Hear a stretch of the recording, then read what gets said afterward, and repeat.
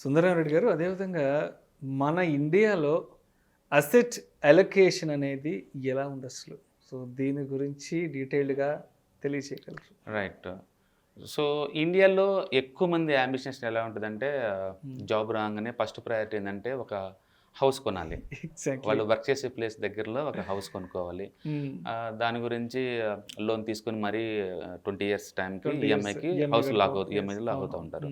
So ఇండియాలో most preferable asset class ఏంటంటే real estate.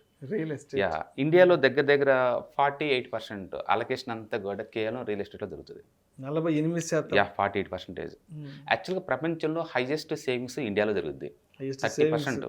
ప్రపంచం మొత్తం మీద కూడా ఎక్కువ సేవింగ్స్ చేస్తున్న కంట్రీ ఇండియా. ఎంత అంటే 30% సేవ్ చేస్తారు వాళ్ళకి వచ్చే ఇన్కంలో. బట్ అన్ఫార్చునేట్లీ మొత్తంలో ఆల్మోస్ట్ 48% రియల్ ఎస్టేట్కి వెళ్ళిపోతుంది. రియల్ ఎస్టేట్ ఏంటంటే ఈజీ టు మేనేజ్ వాళ్ళు ఒకటి. రెండోది రెంటల్స్ బాగా పెరుగుతూ పోతుంటాయి సిటీస్లో, ఇన్ఫ్లేషన్ అవి ఎక్కువ కాబట్టి. అండ్ సిటీస్ తక్కువ ఉన్నాయి, ఇండియాలో చాలా తక్కువ ఉంది. పాపులేషన్ 134 crore పాపులేషన్ ఉన్నా సరే తక్కువ సిటీస్ ఉన్నాయి కాబట్టి న్యాచురల్గానే టూ మచ్ ఎక్స్పెండిచర్ ఇక్కడ పెట్టాల్సి ఉంటుంది హౌస్ కొనాలంటే. అందుకే ప్రతి ఒక్కరికి భయం అనమాట, ఫ్యూచర్లో నేను ఎప్పుడు హౌస్ కొనలేనేమో అని చెప్పేసి ఇప్పుడే అయితే తక్కువలో ఉన్నట్టు చెప్పేసి తీసుకుంటారు. అందుకని జాబ్ రాగానే లోన్కి ఎలిజిబుల్ ఉంటారు బై డిఫాల్ట్.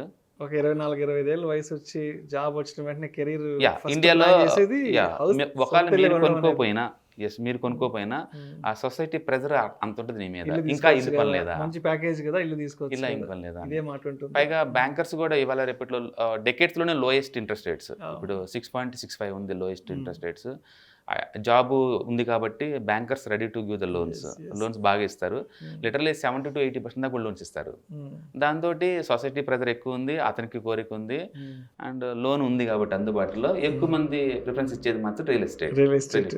ట్రెడిషనల్గా ఇండియాలో by default real estate ultimate. Okay, next వచ్చేసరికల్లా గోల్డ్. ఒక మేల్స్కి అయితే అది ఇంట్రెస్ట్ లేదేమో కానీ గర్ల్స్కి అయితే మాత్రం జాబ్ ఉన్నా లేకపోయినా అది మినిమం రిక్వైర్మెంట్ సొసైటీలో ఉంటుంది కాబట్టి వాళ్ళు నెక్స్ట్ గోల్డ్ ప్రయారిటీ ఇస్తారు. 16% అలొకేషన్ ఇండియాలో ఒక గోల్డ్కి. 60% అలొకేషన్. 16% అలొకేషన్ ఒక గోల్డ్ మీద పెడతారు ఇండియాలో. ఓకే, విచిత్రం ఏంటంటే ప్రపంచం మొత్తంలో చూసుకుంటే అన్అఫిషియల్గా ఇండియాలోనే గోల్డ్ 28,000 tons ఉంది.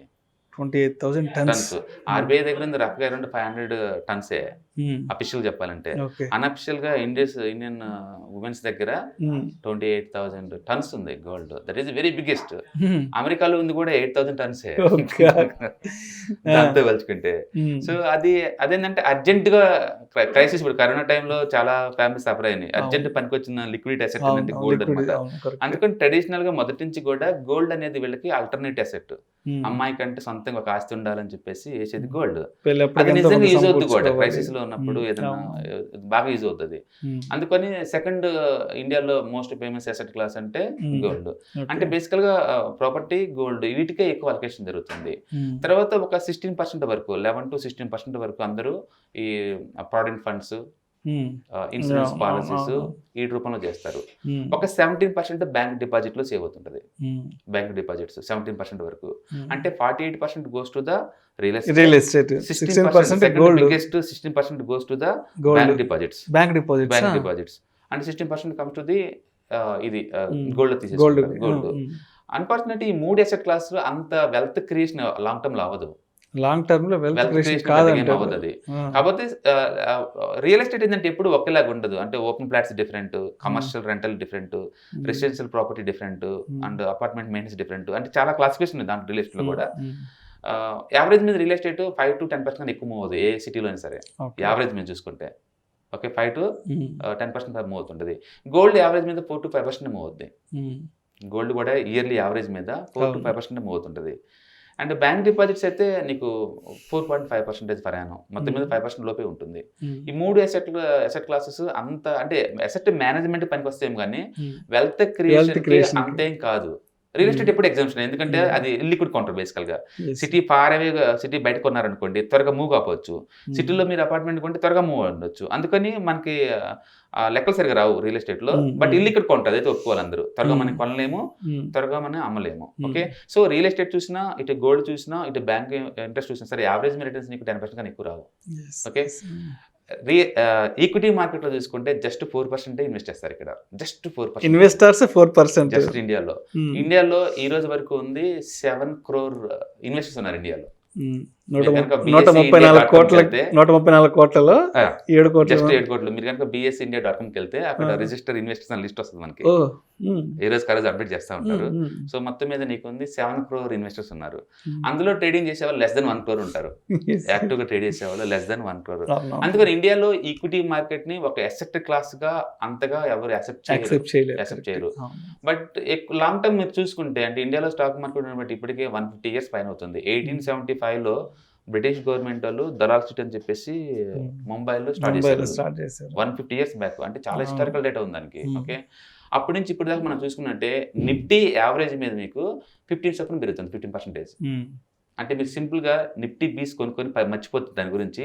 నీకు ఇయర్లీ యావరేజ్ రిటర్న్ 15% వస్తుంది లాంగ్ టర్మ్ పాయింట్ ఆఫ్. మీరు ఈవెన్ ఇండెక్స్ ఫండ్స్ కొన్నా సరే 14 to 15% వస్తుంది. అప్పటి నుంచి ఉండొచ్చు. మార్కెట్లో అంటేనే volatility. Okay, so bank sector, ఇండియాలో బ్యాంక్ సెక్టర్ ఒకటే గత 20 years నుంచి యావరేజ్ రిటర్న్స్ 18%. 18 అంటే బ్యాంక్ సెక్టర్ ని మీరు బ్యాంక్ ETF లో బై చేశారనుకోండి, ETF లాగా మీకు 18% పర్ యానం వస్తుంది. అంటే ఈక్విటీలో వాలటిలిటీ ఉంది. Everybody have to accept. ఇక్కడ సేఫ్టీ లెవెల్స్ ఏం లేవు. But still compare to real estate, compare to gold, compare to bank deposits, more rate of return, but more volatility. ఆ వాలటిలిటీకి ఎక్కువ మంది దూరం ఉండిపోతారు. అమ్మో అక్కడ పోతే గ్యారంటీ కాదంట, ఎందుకు వచ్చింది గొడవ అని చెప్పేసి. అందుకని మన వాళ్ళు ఏంటంటే బ్యాంక్ డిపాజిట్ తర్వాత ఇంకెక్కువ మంది పోయేది అప్ టు 11% ఈ ఇన్సూరెన్స్ పాలసీలు, పెన్షన్ ఫండ్స్ వీటికి వెళ్తారు. మ్యూచువల్ ఫండ్ వీటికి వెళ్తుంటారు. సో మేజర్ అలొకేషన్ అయితే real estate 48%. Next major allocation అంటే I mean gold and bank deposits. ఇండియాలో మేజర్ ఎక్కువ మంది చేస్తుంది అది. బట్ ఇప్పటికి కొంచెం ట్రెండ్ చేంజ్ అవుతుంది. లాక్డౌన్ పుణ్యం అంటూ కొత్త ఆపర్చునిటీ టెక్నాలజీ కూడా రూరల్ ఇండియాకి వెళ్ళిపోయింది. అండ్ యూత్ అందరూ కూడా బీటెక్ బ్యాక్గ్రౌండ్ వస్తున్నారు కాబట్టి ఇవాళ రేపట్లో they understand equity also one of the asset class right now. So maybe future లో ఈక్విటీ అలొకేషన్ పెరిగే ఛాన్స్ ఎక్కువ ఉంది కంపేర్ టు రిమైనింగ్. మేమైతే literally 50 to 60% weightage goes to the equity direct గా. మేము అందులో ఫుల్ టైం ఉంటాం కాబట్టి. Second real estate.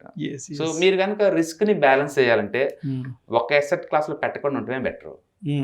Diversify 2-3 asset classes అంతే. ఓకే, సో రియల్ ఎస్టేట్ కూడా చాలా ఆప్షన్స్ ఉన్నాయి మీకు.